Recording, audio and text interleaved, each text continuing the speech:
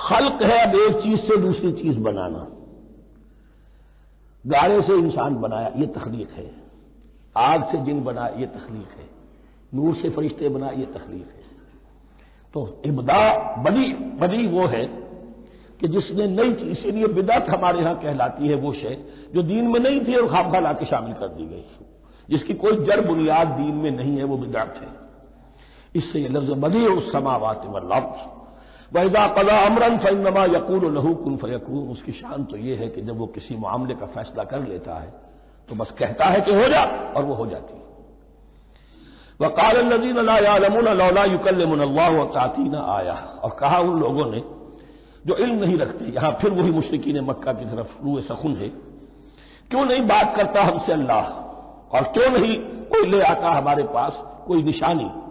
یہ میں عرض کر چکا ہوں، یہ مضمون جو ہے کہ ان کا مطالبہ تھا بہت شدت کے ساتھ کہ کوئی معجزے ویسے ہی دکھاؤ جیسے تم کہتے ہو کہ عیسیٰ نے دکھائے تھے، موسیٰ نے دکھائے تھے، تو ہمارے یہ مطالبے پورے کر دو، ہم مان لیں گے. یہ ذکر آئے گا سورہ انعام میں اور پھر سورہ بنی اسرائیل میں. کذالک قال الذین من قبلہم مثل قولہم. اسی طرح کی باتیں جو لوگ ان سے پہلے آئے تھے وہ بھی کہتے رہے. تشابہت قلوبہم، ان کے دل ایک دوسرے سے مشابہ ہو گئے ہیں. قد بینا الآیات لقوم یوقنون. اور ہم نے تو اپنی آیات کو واضح کر دیا ہے ان لوگوں کے لیے جو یقین کرنا چاہیں. انا ارسلناک بالحق بشیرا ونذیرا. اے نبی ہم نے آپ کو بھیجا ہے حق کے ساتھ بشیر اور نذیر بنا کر. بنیادی حیثیت آپ کی یہ ہے کہ آپ اہل حق کو بشارت دیں، فراح و ریحان و جنت نعیم فسلام لک من اصحاب الیمین. یہ بشارت دیجیے. اور جو غلط راستے پر جائیں، کفر کریں، منافقین میں مبتلا ہوں، ملحد ہوں اور بدعملی کریں، ان کو آپ خبردار کر دیجئے کہ جہنم ان کے لیے تیار کر دی گئی ہے. آپ کا کام دعوت ہے، ابلاغ ہے، تبلیغ ہے، نصیحت ہے.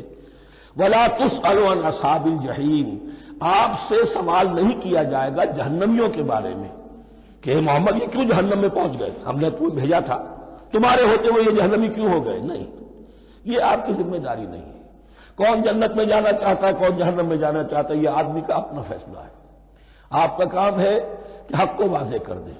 ہاں، وضاحت میں کمی نہ رہ جائے، حق واضح ہو جائے، کوئی اشتباہ نہ ہو، بالکل مبرہن ہو جائے، واضح ہو جائے. بس یہ ذمہ داری آپ کی ہے، اس سے زیادہ نہیں. یہ مسئولیت جو ہوتی ہے، انسان اگر اپنی اصل مسئولیت سے زیادہ ذمہ داری اپنے سر پر ڈال لے تو اس سے بھی بہت بڑی بڑی گمراہیاں پیدا ہوتی ہیں. اور اس کا جو تذکرہ ہو رہا ہے بڑی گمراہی تو معاذ اللہ وہ تو ہمارے حوالے سے ہوتی ہے. ہمارے ہاں کی بہت سی جماعتیں جو ہیں اسی طرح کی غلطیوں کی وجہ سے وہ غلط راستوں پر پڑ گئی، پوری تحریکیں برباد ہو گئی. لیکن یہاں بھی حضور کا معاملہ کیا ہو رہا تھا کہ حضور چاہتے تھے کہ کسی طرح یہ علماء یہود ایمان لے آئے. بہرحال حضور کے دل میں رغبت.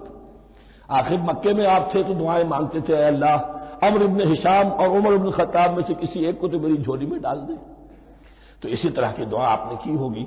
فرمایا وَلَن تَرْضَىٰ عَنكَ الْيَهُودُ وَلَا النَّصَارَىٰ حَتَّىٰ تَتَّبِعَ مِلَّتَهُمْ. اے نبی کسی مغالطے میں نہ رہیے، ہرگز راضی نہیں ہوں گے آپ سے نہ یہ یہودی اور نہ نصرانی جب تک کہ آپ پیروی نہ کریں ان کی ملت کی. لہذا امید منقطع کر لیجیے، اس لیے کہ زیادہ امید ہو تو مایوسی ہو جاتی ہے. اقبال نے بہت خوب کہا ہے بندہ مومن کے بارے میں، جس کی امیدیں قلیل، جس کے مقاصد جلیل. مقصد اونچا لیکن امید قلیل رکھیے. اللہ چاہے گا تو ہو جائے گا، نہیں چاہے گا تو میرا کام تو اپنی حد تک اپنا فرض ادا کر دینا ہے. اس سے زیادہ کی جو ہے خواہش اپنے دل میں پالیں گے، کسی اجرت پسندی میں گرفتار ہو جائیں گے، کہیں دائیں بائیں ہک اور کرک کے ذریعے سے کہیں پہنچنے کی کوشش کریں گے اور اپنے آپ کو بھی برباد کر دیں گے. لن ترضى عنك اليهود ولا النصارى حتى تتبع ملتهم قل ان هدى الله هو الهدى. کہہ دیجئے دیکھو ہدایت تو ہے اللہ کی ہدایت. ولئن اتبعت اهواءهم. اور نبی آپ بھی کان کھول کر سن لیں، اگر آپ نے ان کی خواہشات کی پیروی کی، یہاں ہم جوڑ دیں گے الفاظ بالفرض بفرض محال. اگر آپ نے ان کی خواہشات کی پیروی کی کہ کچھ چلو لے دو کے معاملہ کر لو، کچھ ان کی بات مانو، کچھ اپنی بات منوا لو، یہ مکے میں بھی قریش کی طرف سے بھی آیا تھا کہ کچھ اپنی بات میں آنکھ منوا لیجیے، کچھ ہماری بات کمپرومائز کیجیے۔ اب ظاہر بات ہے کہ یہاں اب یہود کے ساتھ یہی معاملہ ہے۔ وَلَئِنِ اتَّبَعْتَ أَهْوَاءَهُمْ بَعْدَ الَّذِي جَاءَكَ مِنَ الْعِلْمِ مَا لَكَ مِنَ اللَّهِ مِنْ وَلِيٍّ وَلَا نَصِيرٍ، اور اگر بفرض محال آپ نے پیروی کی ان کی خواہشات کی، اس کے بعد کہ آپ کے پاس علم آ چکا، تو نہیں ہوگا کوئی بھی اللہ کے مقابلے میں آپ کے لیے کوئی مددگار یا حمایتی۔